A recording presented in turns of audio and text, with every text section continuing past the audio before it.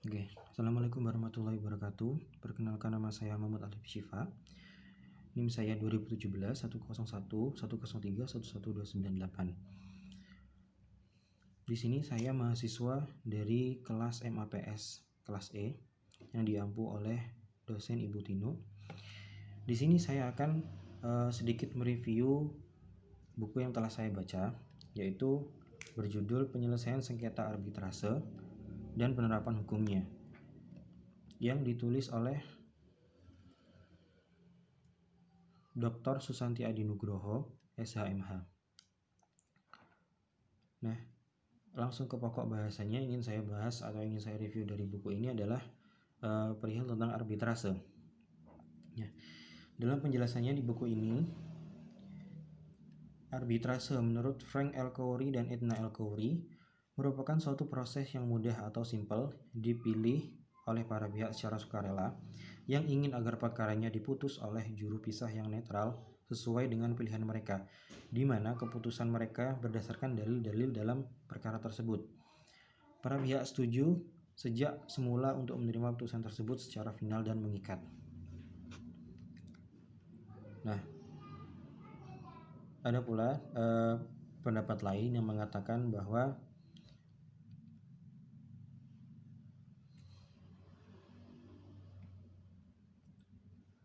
MN Purwosucipto menyatakan bahwa perwasitan dalam arbitrase adalah suatu pengadilan perdamaian di mana para pihak bersepakat agar perselisihan mereka tentang hak pribadi yang dapat mereka kuasai sepenuhnya diperiksa dan diadili oleh hakim yang tidak memihak, yang ditunjuk oleh para pihak sendiri, dan putusannya mengikat bagi kedua belah pihak.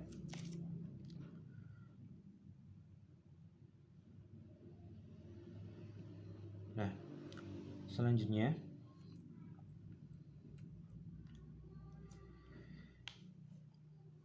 sederhananya, arbitrase merupakan persetujuan para pihak yang berjanji sebelumnya apabila terjadi pertikaian di antara mereka. Maka mereka setuju untuk menyelesaikannya dengan jalan arbitrase, di mana pihak ketiga netral diberikan wewenang menyelesaikan pertikaian tersebut. Di sini, di buku ini juga disebutkan ciri-ciri dari arbitrase. Yang pertama adalah arbitrase adalah suatu cara atau metode penyelesaian sengketa. Kemudian yang kedua, sengketa tersebut diselesaikan oleh pihak ketiga dan pihak netral atau arbiter yang secara khusus ditunjuk oleh para pihak. Kemudian ada para arbiter mempunyai wewenang yang diberikan oleh para pihak. Para arbiter diharapkan memutuskan sengketa menurut hukum yang ada, yang berlaku. Kemudian, arbitrase merupakan sistem pengadilan perdata, artinya bahwa para pihaklah dan bukan negara yang mengawasi kewenangan dan kewajiban para pihak. Artinya bergerak berdasarkan keputusan para pihaknya atau kesepakatan para pihaknya. Keputusan yang dikeluarkan oleh badan ini bersifat final dan mengakhiri persengketaan para pihak. Kemudian keputusan para arbiter mengikat para pihak berdasarkan persetujuan di antara mereka untuk menyerahkan sengketanya kepada arbitrase, bahwa mereka akan menerima dan secara sukarela memberikan kekuatan kepada keputusan arbitrase tersebut.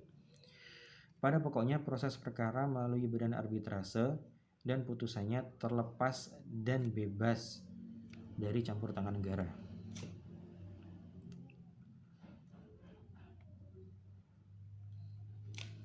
Oke.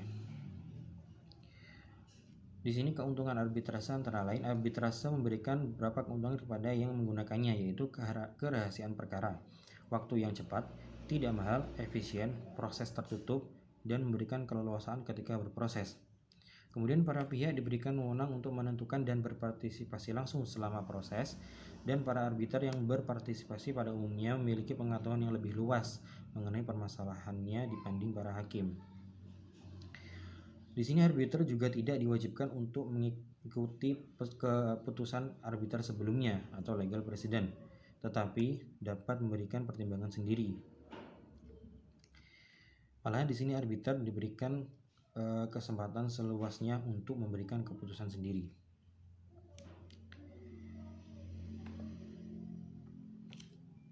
Nah, Untuk di Indonesia sendiri landasan hukum arbitrasenya itu ada di Undang-Undang Nomor 30 tahun 99 atau 1999. Oke, sebelumnya mohon maaf karena videonya terpotong karena durasi video yang lama, jadi ada sedikit masalah tadi. Oke, saya lanjutkan. Di buku ini juga menjelaskan tentang jenis-jenis arbitrase. Jenis arbitrase itu ada dua, yaitu arbitrase ad hoc dan arbitrase institusional. Arbitrase ad hoc atau volunteer adalah arbitrase yang ditujukan untuk kasus tertentu, satu kali pertunjukan saja. Kemudian arbitrase institusional atau institutional arbitration adalah lembaga atau badan arbitrase yang bersifat permanen. Nah, ini saya akan lebih menjelaskan lebih dalam lagi di mana perbedaan antara arbitrase ad hoc dengan arbitrase institusional supaya lebih mudah. Karena di buku ini juga disebutkan arbitrase ad hoc adapun arbitrase institusional adalah suatu arbitrase yang dikoordinasikan oleh suatu lembaga. Kemudian arbitrase ad hoc dibentuk secara khusus atau bersifat insidentil untuk memeriksa dan memutus perselisihan sengketa tertentu dalam jangka waktu tertentu pula. Setelah memutus sengketa, berakhir pula arbitrase ad hoc ini.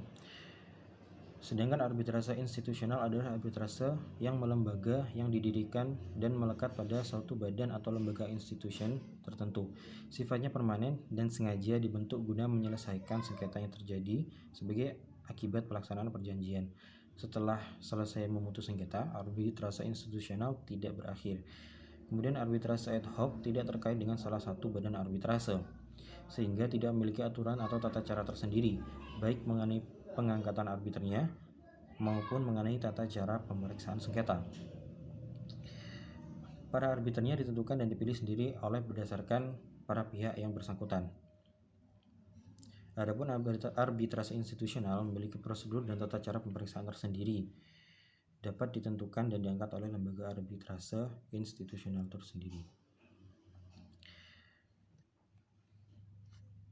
Oke, mungkin penjelasan yang dapat saya sampaikan hanya itu saja, yaitu pengertian tentang arbitrase itu tadi, kemudian jenis-jenisnya, dan landasan atau dasar hukumnya itu ada pada Undang-Undang Nomor 30 tahun 1999.